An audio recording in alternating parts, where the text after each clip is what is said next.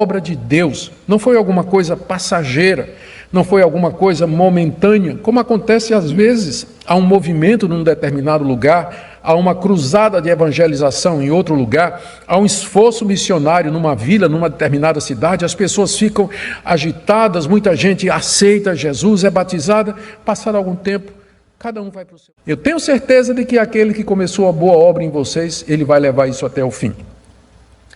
Por que é justo eu pensar isso?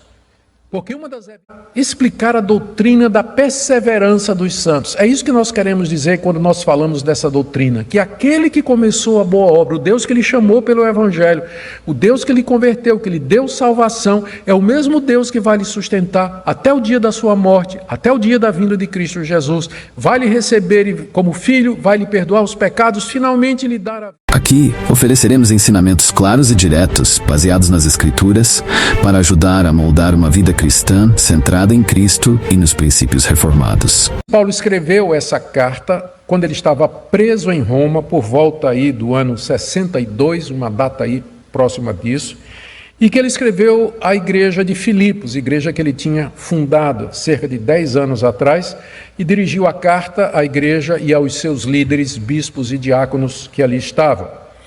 E Paulo escreveu para agradecer mais uma oferta que ele tinha recebido da igreja de Filipos e que havia sido trazida até ali, onde ele estava na prisão em Roma, por Epafrodito, um membro da igreja de Filipos e provavelmente também um dos seus líderes.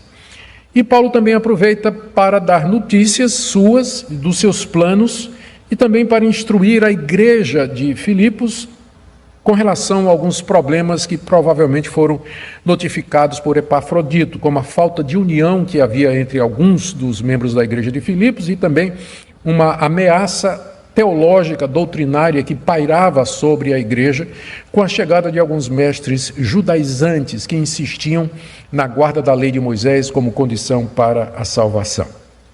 Após introduzir a carta formalmente, versos 1 e 2, que foi o que vimos na exposição passada, Paulo agora agradece a Deus por tudo que lembra do tempo que esteve lá na cidade de Filipos, com aqueles queridos irmãos, expressa a sua certeza de que aquilo que aconteceu com eles, de fato, é uma obra genuína de Deus e intercede por eles diante de Deus. É o que nós veremos nessa noite, esses 3 pontos. Em primeiro lugar, a gratidão de Paulo pela generosidade da igreja de Filipos, versos de 3 a 5. No verso 3, Paulo agradece a Deus as lembranças que ele tinha do bom tempo que ele passou lá em Filipos. Verso 3, dou graças ao meu Deus por tudo o que me lembro de vocês. E certamente Paulo tinha muita coisa boa para se lembrar do tempo que ele esteve em Filipos e pelas quais ele dava graças a Deus. Por exemplo, a conversão de Lídia, uma vendedora de púrpura, uma mulher influente, uma mulher importante,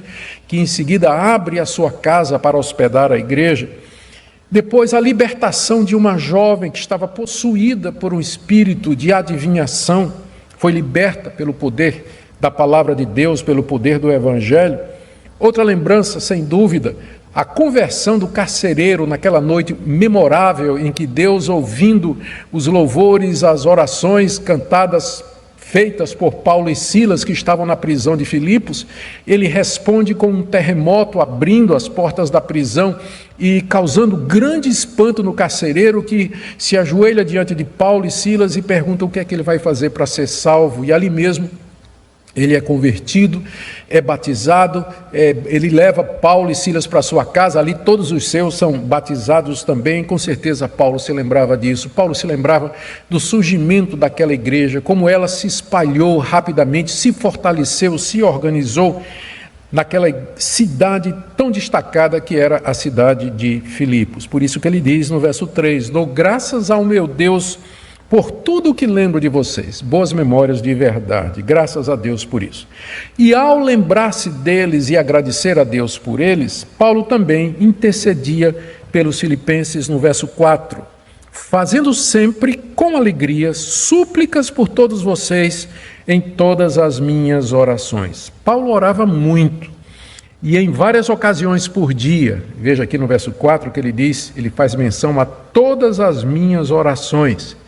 E toda vez que ele orava, ele não somente agradecia a Deus pelas pessoas que ele tinha conhecido, pela obra de Deus através dele, como por exemplo o que tinha acontecido em Filipos, mas ele suplicava pelas igrejas, suplicava por aqueles que Deus havia chamado através do seu ministério. E ele suplicava também pelos filipenses. E não faltava motivos para orar pela igreja de Filipos, porque era uma igreja que vivia debaixo de perseguição, é o que nós lemos lá no livro de Atos, por ocasião da presença de Paulo ali, e agora era uma igreja que estava ameaçada por falsos ensinos. Quando Paulo orava, ele lembrava da igreja de Filipos, dava graças e ele intercedia pela igreja, e ele diz aqui que fazia isso com alegria, com gratidão, com misto de preocupação e também de regozijo diante de Deus por tudo que Deus já havia feito no meio deles. E ele também agradecia a Deus pela cooperação dos filipenses na proclamação do Evangelho. Veja aqui o verso 5: dou graças pela maneira como vocês têm participado na proclamação do Evangelho desde o primeiro dia até agora. O primeiro dia foi o dia em que Paulo chegou em Filipos e foi pregar o Evangelho para Lídia e outras mulheres que estavam à beira do rio. Lídia se converte, ela recebe o apóstolo Paulo, abre sua casa, dá apoio e hospitalidade ao apóstolo Paulo. Desde aquele primeiro dia até agora, ou seja, até aquele momento em que Paulo estava na prisão, a igreja de Filipos colaborou com ele. Ele diz aqui que a igreja participou na proclamação do Evangelho. De que maneira? Através das ofertas que eles mandaram para o apóstolo Paulo. Primeiro, quando Paulo estava em Filipos, a igreja certamente o ajudava, e depois, quando Paulo partiu em viagem missionária, ele continuou a receber o apoio financeiro dos filipenses. Na verdade, eles eram a única igreja que mantinha ofertas consistentes para o apóstolo Paulo, que é o que Paulo diz aqui no capítulo 4, se você quiser, por gentileza, conferir aí na sua Bíblia, capítulo 4, a partir do verso 14, o apóstolo Paulo diz assim: no entanto, vocês fizeram bem em se associar comigo nas aflições. E como vocês, filipenses, sabem muito bem, no início da pregação do Evangelho, quando parti da Macedônia, nenhuma igreja se associou comigo nessa questão de dar e receber, exceto vocês somente. Porque até quando eu estava em Tessalônica, por mais de uma vez, vocês mandaram o bastante para as minhas necessidades. Foi a única igreja que constantemente mantinha seu apoio financeiro ao apóstolo Paulo. Várias vezes eles tinham feito isso. E agora que Paulo estava na prisão, eles também estavam fazendo isso. Foi por isso que eles mandaram Epafrodito lá para encontrar Paulo em Roma, na prisão, trazendo uma oferta. E dessa maneira, através do apoio financeiro deles, Paulo podia continuar a proclamar o Evangelho, como ele diz aqui. Por isso que ele agradecia, verso 5, dou graças à maneira como vocês têm participado na proclamação do Evangelho. Não proclamando junto com Paulo, mas contribuindo para que Paulo pudesse fazer isso, desde o primeiro dia até agora. Então, essa é a gratidão que Paulo expressa pelos filipenses, e não é sem motivo. Ele estava feliz, ele estava agradecido a Deus pela generosidade, pelo carinho, pela disposição dos filipenses em continuar a abençoá-lo. Em seguida, do verso 6 até o verso 8, Paulo manifesta a certeza que ele tem quanto à salvação dos filipenses. A certeza que Paulo tem de que o que aconteceu em Filipos foi realmente uma obra de Deus, não foi alguma coisa passageira, não foi alguma coisa momentânea, como acontece às vezes, há um movimento num determinado lugar, há uma cruzada de evangelização em outro lugar, há um esforço missionário numa vila, numa determinada cidade, as pessoas ficam agitadas, muita gente aceita Jesus, é batizada, passado algum tempo, cada um vai para o seu canto, a igreja se dispersa e o trabalho dá em nada. Muitas vezes isso acontece, mas não foi o caso com a igreja de Filipos. Paulo tinha certeza de que o que tinha acontecido ali foi de fato a obra de Deus. Veja o que ele diz aqui no verso 6. Eu estou certo de que aquele que começou boa obra em vocês há de completá-la até o dia de Cristo Jesus. Paulo estava certo de que Deus havia começado uma boa obra lá em Filipos. E que boa obra era essa? Quando Paulo chegou em Filipos pregando o evangelho, havia muitos que seguiam o judaísmo, outros seguiam as religiões greco-romanas, outros seguiam o culto ao imperador. Lembre que Filipos era uma colônia romana, era uma cidade considerada uma cidade romana, italiana, onde havia o culto ao imperador. Quando Paulo chegou ali, os filipenses estavam completamente cegos, estavam completamente perdidos em suas obras mais, em seus pecados e na sua ignorância do verdadeiro Deus. Através da pregação do apóstolo Paulo em Filipos, Deus mudou a vida deles e começou uma boa obra neles. Eles tiveram seus olhos abertos, eles se arrependeram dos seus pecados, eles creram em Jesus Cristo, eles foram justificados, eles foram perdoados por Deus, eles foram regenerados, Deus lhe deu o Espírito Santo. A vida deles mudou de maneira radical e profunda, como por exemplo aquela moça que foi liberta do espírito de adivinhação, e eles se organizaram como igreja, como comunidade, como irmãos em Cristo Jesus. E Paulo diz que aquilo foi só o começo.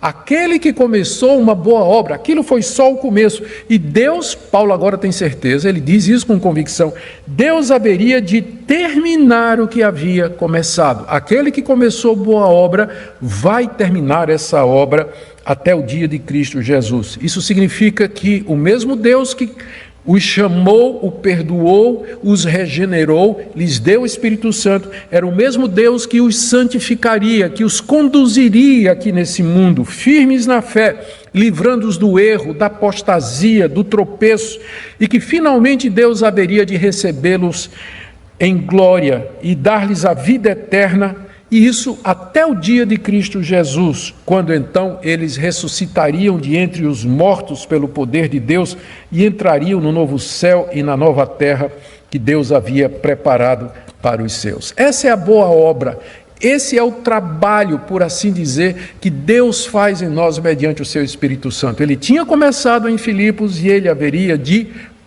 terminar, ele haveria de concluir, porque Deus não faz as coisas pela metade.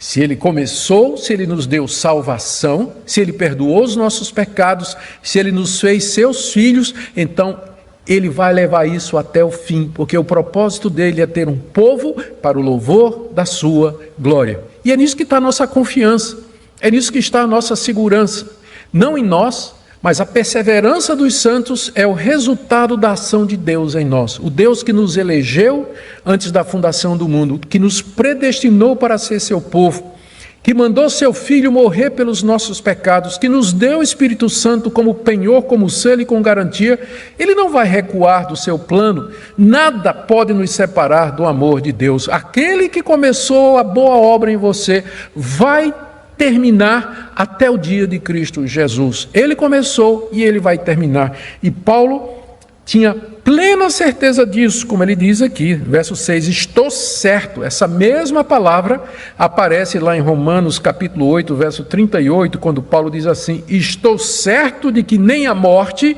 e aí ele lista uma série de obstáculos, nada poderá separar-nos do amor de Deus em Cristo Jesus. Paulo tinha segurança disso. Por que ele considerava que essa avaliação que ele está fazendo dos filipenses era justa? Ele responde no verso 7, dizendo assim, aliás, é justo que eu assim pense de todos vocês, que eu pense isso, que Deus começou a obra em vocês, é uma obra verdadeira de Deus e que ele vai levar até o final. É justo que eu pense assim de todos vocês. Primeiro, porque eu os trago no meu coração. Eu os trago no meu coração, seja nas minhas algemas, seja na defesa e confirmação do Evangelho, pois todos vocês são participantes da graça comigo. Paulo tinha os filipenses no coração, havia desenvolvido um amor profundo por eles durante o tempo que estava lá. Isso porque Paulo percebeu que o que Deus fez na vida de Lídia, do carcereiro, da jovem que foi liberta, de tantos outros que se converteram ali, foi uma obra genuína, uma obra de salvação. Paulo se apegou a eles como um pai se apega aos filhos, como o missionário, como o evangelista se apega aos filhos que ele gera através da pregação do evangelho, como o pastor se apega às suas ovelhas, a que ele se apacenta. Então Paulo disse: eu sei que o que eu estou dizendo é verdade. Primeiro, porque eu tenho vocês no meu coração. Segundo, porque vocês vêm colaborando comigo de maneira fiel na proclamação do evangelho. Essa expressão aqui no final do verso 7, ela pode ser mais bem entendida se for lida do fim para o começo. Aqui está dizendo assim: é justo que eu pense isso de vocês, porque eu trago vocês no coração, seja nas minhas algemas, seja na defesa e confirmação do evangelho, pois todos vocês são participantes da graça comigo. Vamos começar pelo fim. Ele está dizendo assim: todos vocês participam comigo, ou têm participado comigo da graça do evangelho.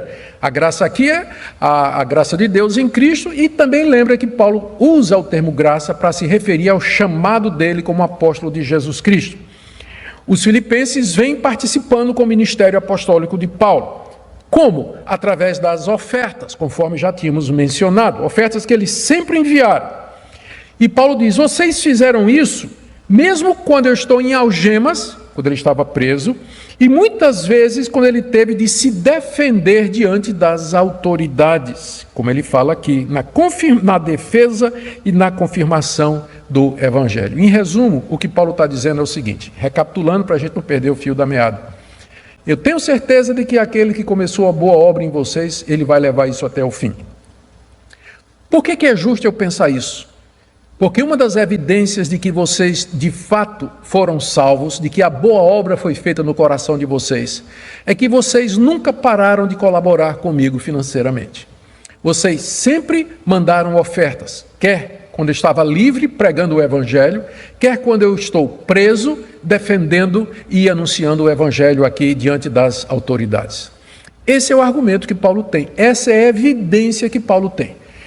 Alguém pode dizer assim: mas essa não é uma evidência um pouco materialista ou alguma coisa assim meio, sei lá, utilitarista? Paulo está dizendo que tem certeza de que eles são salvos porque eles não deixaram de contribuir financeiramente. Mas se nós analisarmos as circunstâncias em que isso aconteceu, nós veremos que essa evidência é a maior evidência que poderia haver. Paulo passou pouco tempo em Filipos, ele deixou a igreja ali e foi pregar o evangelho em outro lugar. Paulo era acusado de muitos lados e em muitas frentes de ser um falsário, um mercenário. Ele nunca pediu absolutamente nada a ninguém. Ele, quando tinha que se sustentar, quando ele não queria pedir o apoio financeiro da igreja, ele fazia tendas, trabalhava com suas próprias mãos. Agora Paulo tinha sido preso. Poderia ter sido uma boa desculpa para a igreja de Filipos dizer: olha, nós não vamos mais mandar oferta para esse Paulo não, para esse missionário, porque ele foi preso, deve ser um malfeitor, alguma coisa errada ele fez. Ainda assim os filipenses continuaram crendo no apóstolo Paulo e demonstrando a confiança que eles tinham de que Paulo de fato era um pregador do evangelho, ou que aquilo que Paulo tinha ensinado de fato era a verdade de Deus. Eles demonstravam isso apoiando financeiramente para que aquela verdade fosse espalhada em outros lugares. Então, da perspectiva de Paulo e naquela situação, a contribuição continuada dos filipenses, mesmo quando ele estava preso, era a maior evidência que se poderia dar de fato da conversão deles, de que Deus tinha feito uma obra genuína no seu coração. Como alguém já disse, a parte mais difícil de se converter do ser humano é o bolso. Quando o bolso se converte, então nós podemos dizer que a conversão foi completa. Zaqueu que o diga, não é verdade? Conhece a história de Zaqueu? Aquele publicano ganancioso, voltado para o dinheiro. Quando ele recebe Jesus na sua casa, ele dá um banquete e de repente ele se levanta ali no meio e diz que ele vai devolver o que ele roubou e que vai dividir sua riqueza com os pobres. Só então Jesus Cristo disse: hoje veio salvação a essa casa.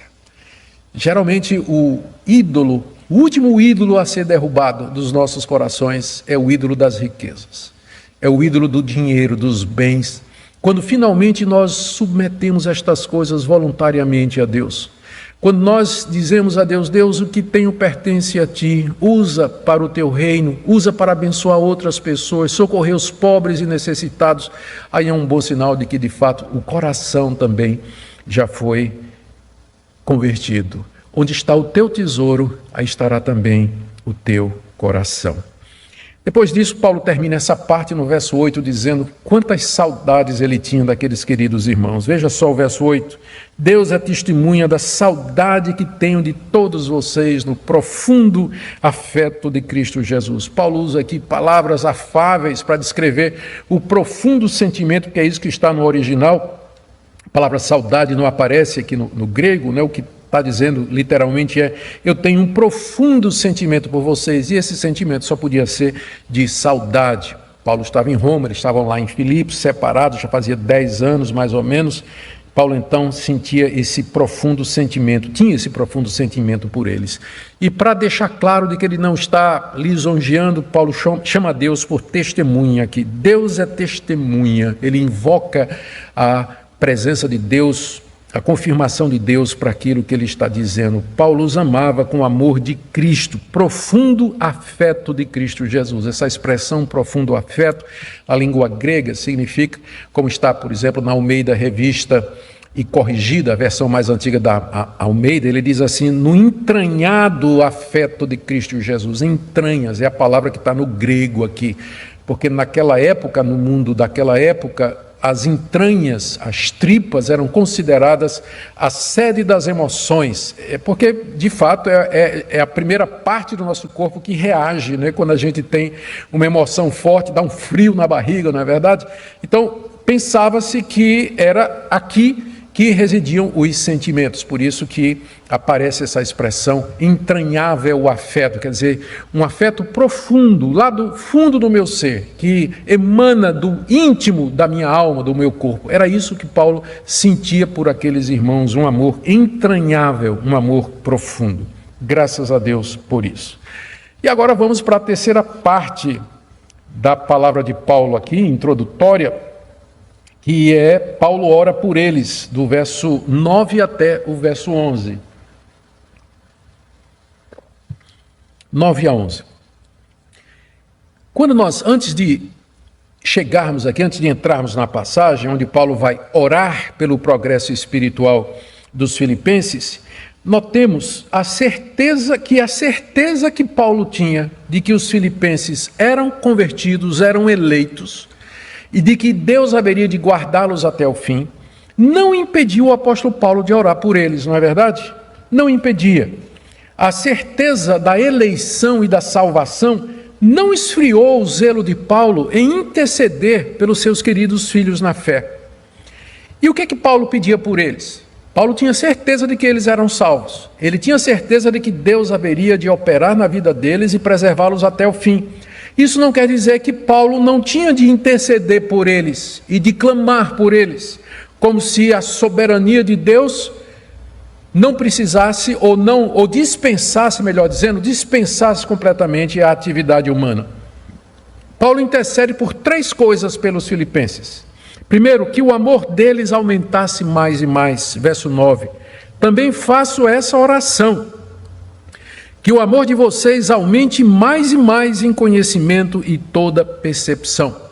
Deus vai completar a obra em vocês, mas eu oro para que esse Deus faça com que o amor de vocês aumente mais e mais. O amor de vocês para com o próprio Deus, o amor de vocês para com os irmãos em Cristo, o amor de vocês para com as pessoas ao seu redor que não são cristãs.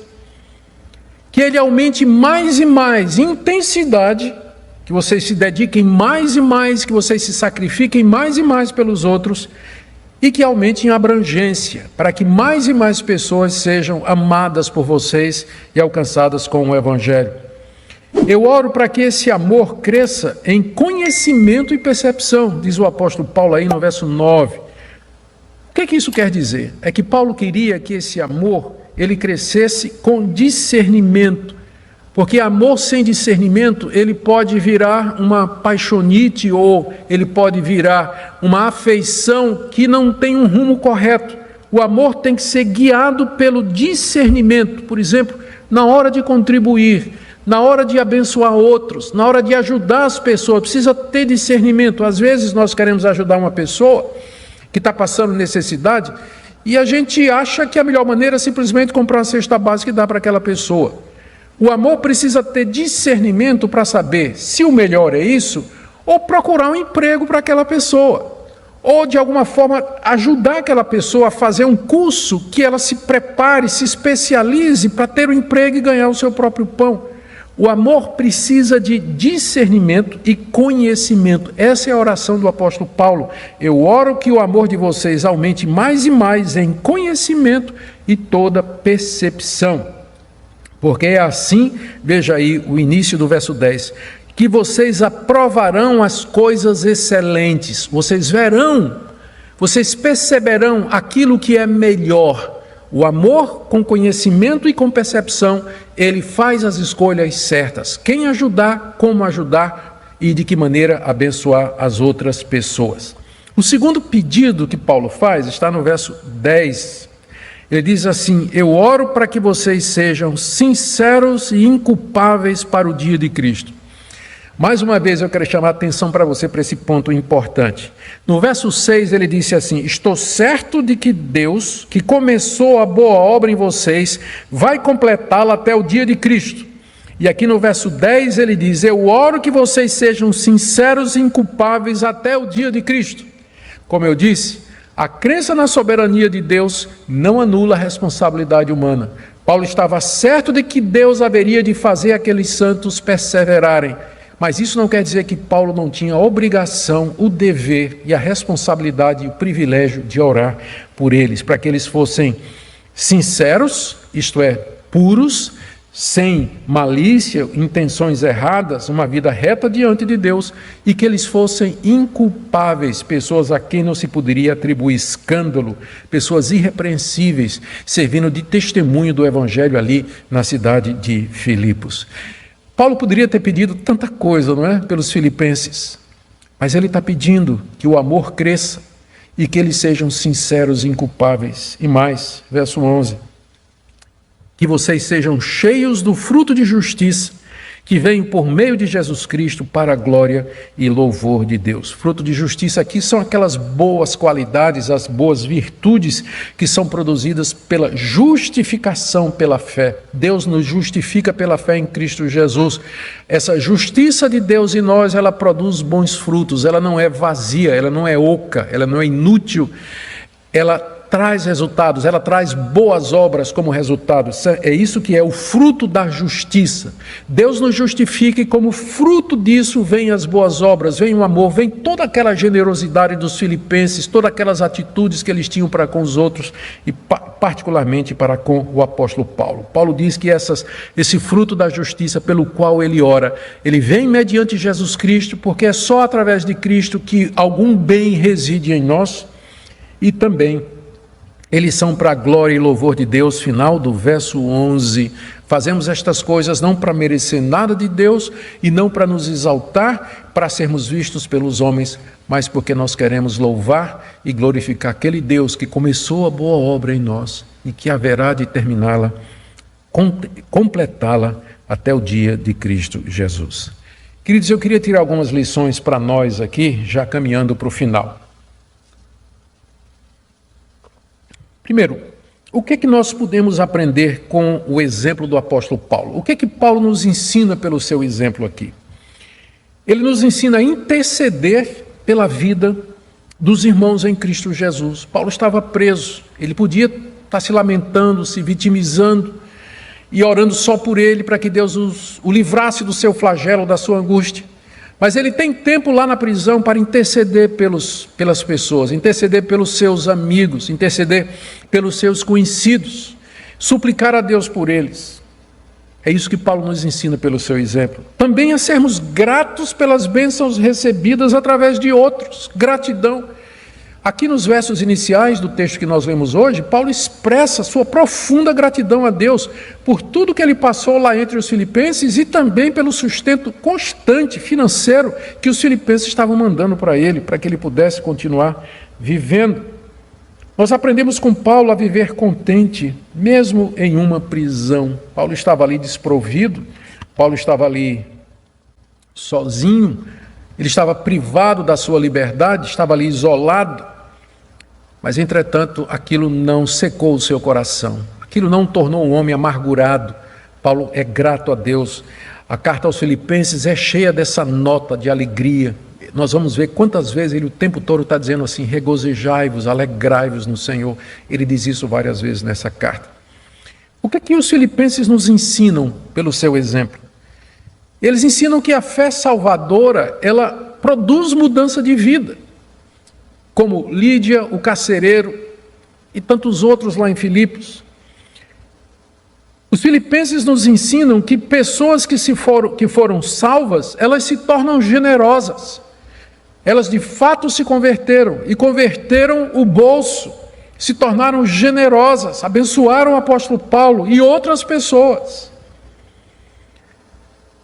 E essa passagem, ela nos ensina algumas coisas. Ela pode ser usada primeiro para explicar a doutrina da perseverança dos santos. É isso que nós queremos dizer quando nós falamos dessa doutrina, que aquele que começou a boa obra, o Deus que lhe chamou pelo Evangelho, o Deus que lhe converteu, que lhe deu salvação, é o mesmo Deus que vai lhe sustentar até o dia da sua morte, até o dia da vinda de Cristo Jesus, vai lhe receber como filho, vai lhe perdoar os pecados, finalmente lhe dar a vida eterna e a ressurreição dos mortos. Esse texto também nos fala a respeito da certeza da salvação, que ela não é algo superficial, mas a certeza de salvação se depreende ou se firma na mudança de vida, na santificação, no progresso e na perseverança dos crentes na fé e na doutrina. Pessoas que têm essas evidências em sua vida, elas podem afirmar a sua certeza de salvação, não por conta delas, mas por conta da graça e da misericórdia de Deus. Se você gostou deste vídeo e quer continuar sendo abençoado com mais conteúdos poderosos, não se esqueça de se inscrever no canal Ecos da Salvação. Isso ajuda você a não perder nenhum dos próximos vídeos com pregações impactantes do Reverendo Augustus Nicodemos.